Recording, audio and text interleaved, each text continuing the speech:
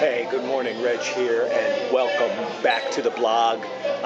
Sorry it's a little noisy here because I'm in the grocery store, the Fine Fair, which is not the fancy grocery store in my neighborhood. It's actually the one that's right here in the heart of the project. So it's where most of the people who live here go to get their groceries. There's another grocery, there's a Met that's a little ways away from here.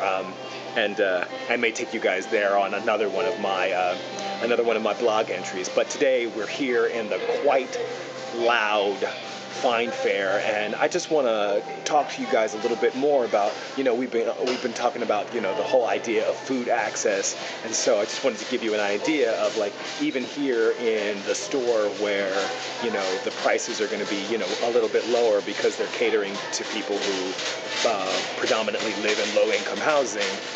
The food prices are still, pretty high.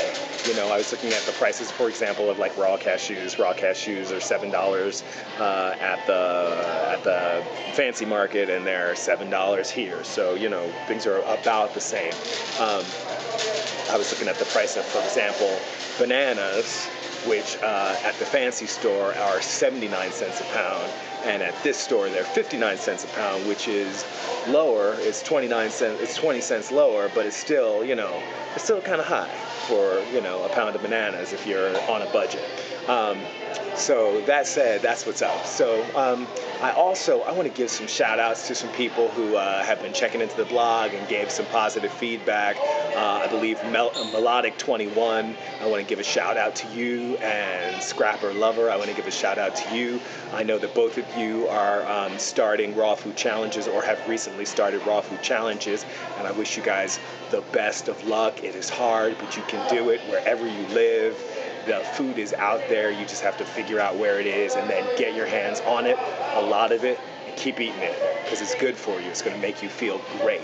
I also want to give a super shout out to my new pals, Gabe and Lori and Gabe, who are Easy Raw Food. And they are living in Chicago, and I believe Gabe right now is getting ready to do the Chicago Marathon, and so he's just done like a 10-day juiced fast to get himself prepped for that, and now he's going back to his raw fruits, and so he's going to be hitting the bananas really, really, really hard, okay? Lori, I know that you've been doing the Banana Girl Challenge, and so you've been trying to up your intake of bananas every day, and the last I checked, that you were pretty high up there. I think you had gotten as high as 15 bananas a day, so, kudos to you. Now, I want to talk about, the banana thing. And this is going out specifically to my girl, Banana Girl, who I love you. You are the skinny bitch. You are beautiful, Banana Girl, and you have been an inspiration to me. And since checking out your blogs, I have definitely upped my intake of fruits, and I've seen like a burst in my energy. I ran recently, I did a almost 15-mile run. I did a 14.8-mile run, and it was like butter, even though butter's not raw vegan.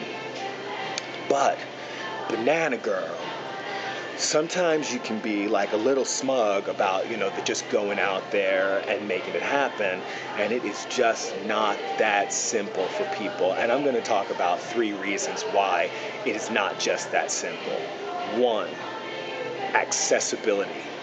Everybody just does not have the access to bananas that maybe you have, or someone who lives in a more tropical climate. You're in Australia. I don't know how easy or hard it is for you to get bananas. I think you're in Australia, and if you're not, please correct me. If it's easy for you to get bananas, but it is not that easy for everybody to get bananas. They can be really, really expensive. Like I told you, the bananas here in this place, which is the lowest price in the neighborhood, is 59 cents a pound, which, if you're trying to hammer down 30 bananas a day, that's a lot of cash for just your bananas, okay? So that said, access.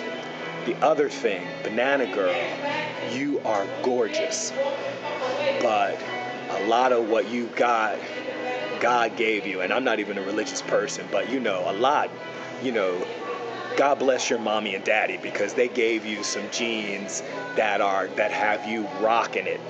And I love you, Banana Girl. I mean, even before you lost all that weight, you were a beautiful person, right? And I'm talking about beautiful in that kind of, kind of Western general sense too. They like to accept that you're this beautiful, blonde-haired. You're the aesthetic. You're the standard, right? A standard of beauty that's been set. Although I believe everybody is beautiful. I believe everybody's beautiful, but chances are you're going to be on a magazine cover before I'm going to be on a magazine cover, right? So, keep it out there, keep showing it off. You're beautiful, but, even if some people get into the most perfectly fit shape of their lives, they're not going to be presenting to the world a kind of standard image of beauty, that standard image of beauty. And so if it's all about the, fitting that model and just, being the perfect beauty and being, rocking it and being a skinny bitch, if it's all about that, then some people are just never going to get there in that way, in the same way that you have. So I love you. You are perfect. You are perfect the way you are. But, other people have to just learn to love themselves the way they are now. And if stuff changes because you've taken on this new healthy lifestyle, then awesome. But otherwise, you got to love who you are right now, right? So, Banana Girl calling people fat, that wasn't cool. I wasn't digging that, but I love you anyway. Now, the other thing, Banana Girl, is that bananas, they don't grow in New York. And so for somebody from New York or somebody from Chicago to get their hands on some bananas, that means that they're eating something that probably got here on a boat. And eating a banana, if you live in New York, is just not the most sustainable way to eat. Even if bananas are the best thing that we can eat, it's just not what's growing here. So, it might be more sustainable if you really feel like bananas are the most important thing in your life, is to move someplace where bananas grow, or to find some other foods that are grown more locally to you and eat those and just figure out how to make that work. Because, I don't want to be exploiting people because I feel like I have to have bananas because I need bananas, right? So that's just the way that is, right?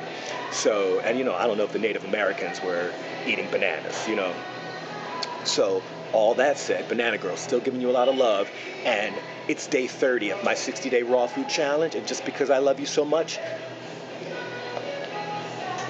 I'm going to eat 30 bananas today, just to show you how much and how awesome you are and how much of an inspiration you've been to me. So all that said, all you people out there, I hope you're having an amazing day. And this is Reg signing off on day 30 of my 60-day raw food challenge. Peace.